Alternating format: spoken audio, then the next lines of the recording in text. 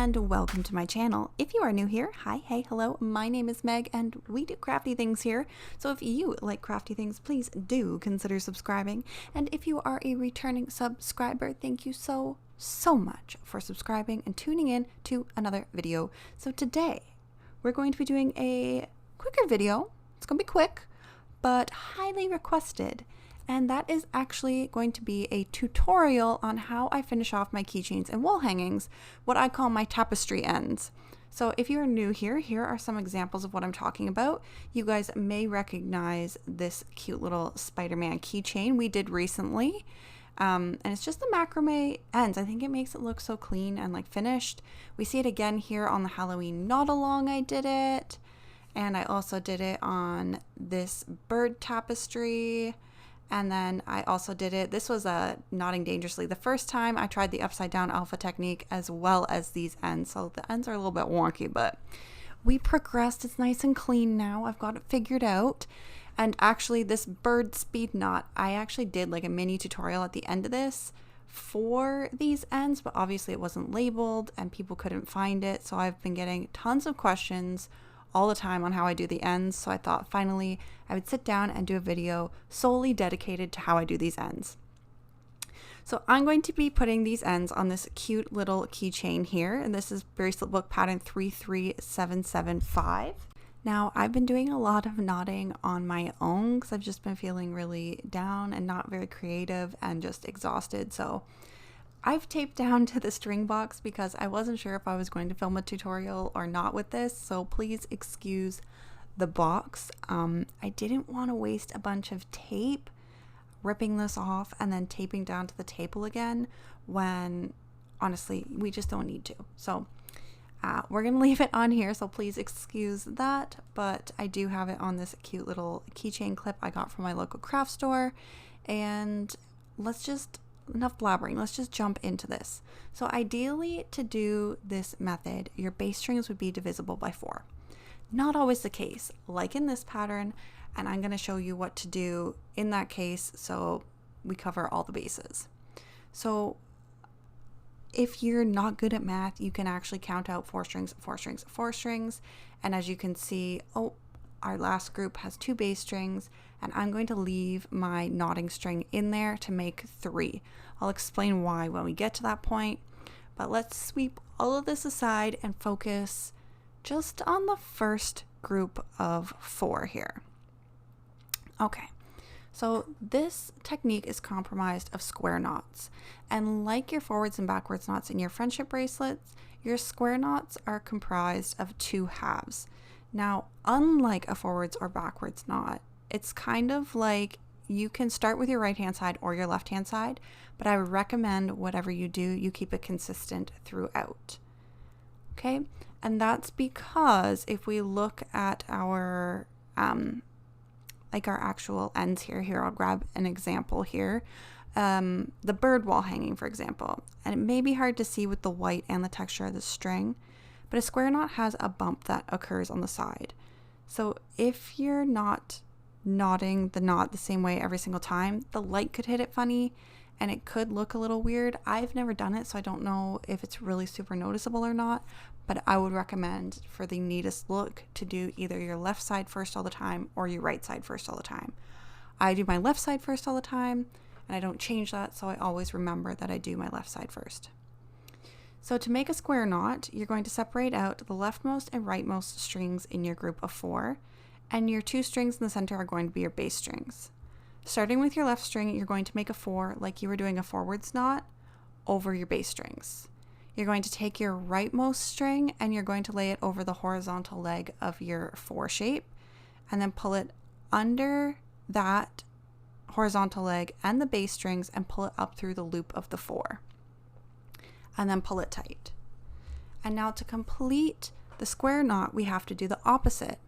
So with our same group of 4, we're going to grab the rightmost leg and we're going to make a sail shape like we were doing a backwards knot. And then you're going to grab the leftmost string and lay it over the horizontal leg. And then you're going to pull it underneath everything and up through the hole of our sail shape. And then just pull it tight. just like that, and you've created one square knot. We're going to do this all the way across. All right, so let's zoom in a little bit so you can see this a bit more up close. So we're going to take our next set of 4 out, and we're going to make sure it's all laid flat. We're going to separate our rightmost and leftmost strings out of the group of 4, and the 2 in the middle are going to be our bass strings. Now, just like the last knot, I'm going to start with my left leg. I'm going to make that a 4 shape, and then my right string is going to lay over top of the horizontal leg of our 4, and then it's going to go under everything and up through the loop of the 4. And then we're going to pull it tight. And make sure, like you saw there, those bass strings don't twist. And then we're going to do the second half of the knot, making sure we don't catch any other weird strings in there. And we're going to make our sail shape with the rightmost string, like so. I mean, it's kind of cut off so you guys can't really see. So hopefully the just verbal instructions kind of line up for you. We're going to lay the leftmost string over that horizontal leg, pull it underneath everything and up through the whole of our sail, which creates a full square knot. Now we can do that all the way across until our last group of 3.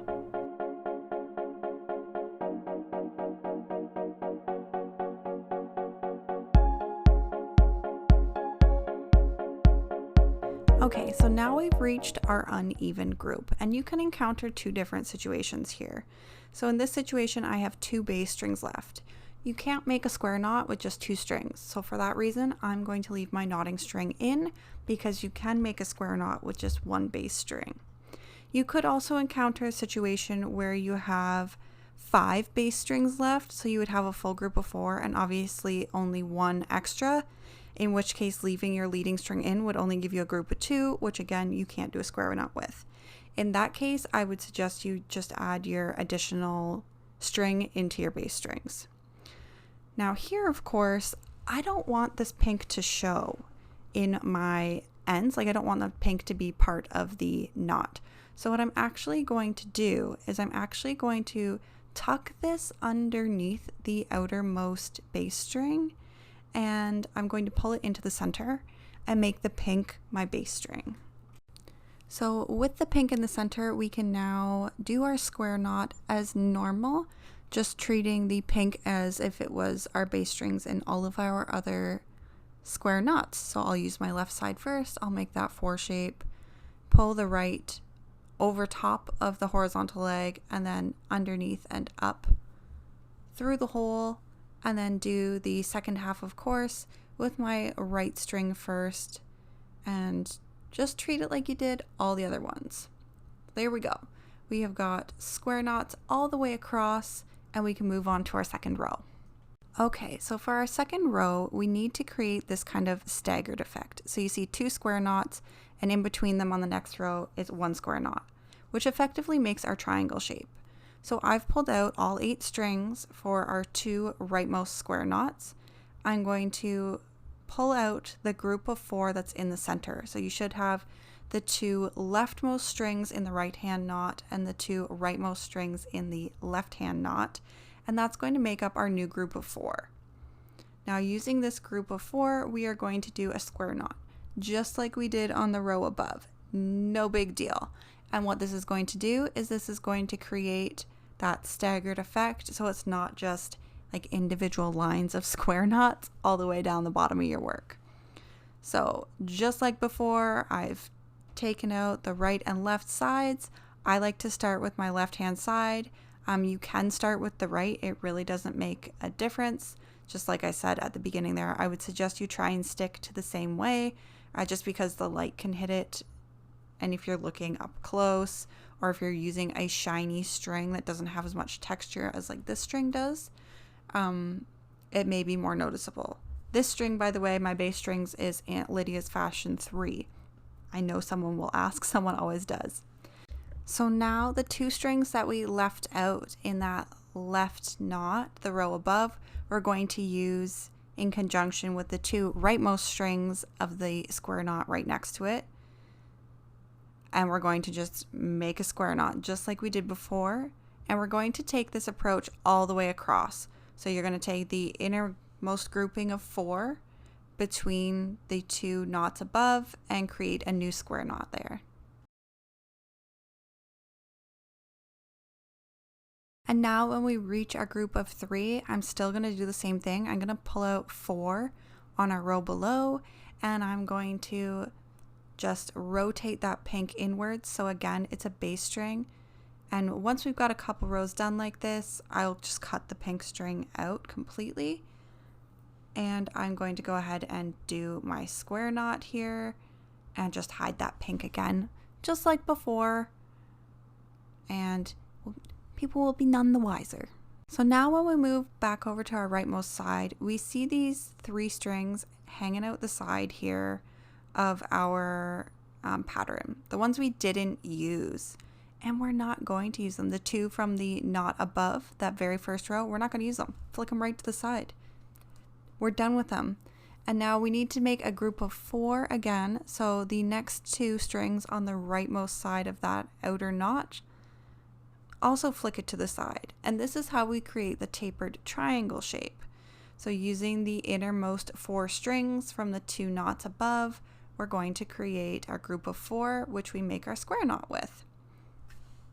And so you see, the concept is actually quite easy, and that's why I never actually did a tutorial on this before, because naturally it just wants to taper inwards. So it's actually super easy, but I think it looks so good and makes the tapestry just look really clean when it's done.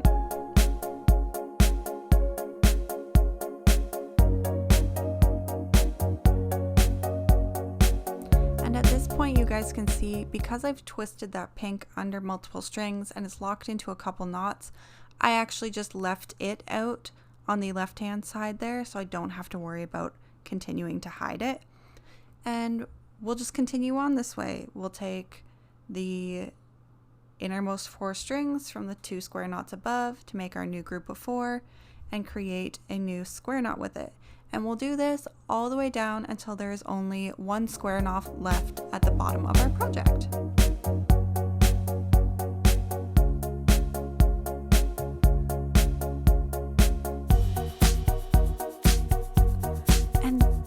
Guys, I told you it was quick. I told you it was super easy, and that's it. All we have to do is cut our fringe now, and we'll meet back here to see the final product off the box. Et voila, here it is off the box, looking super cute. So I hope you guys enjoyed this. If you found this helpful, please give it a big thumbs up, and until next time, bye.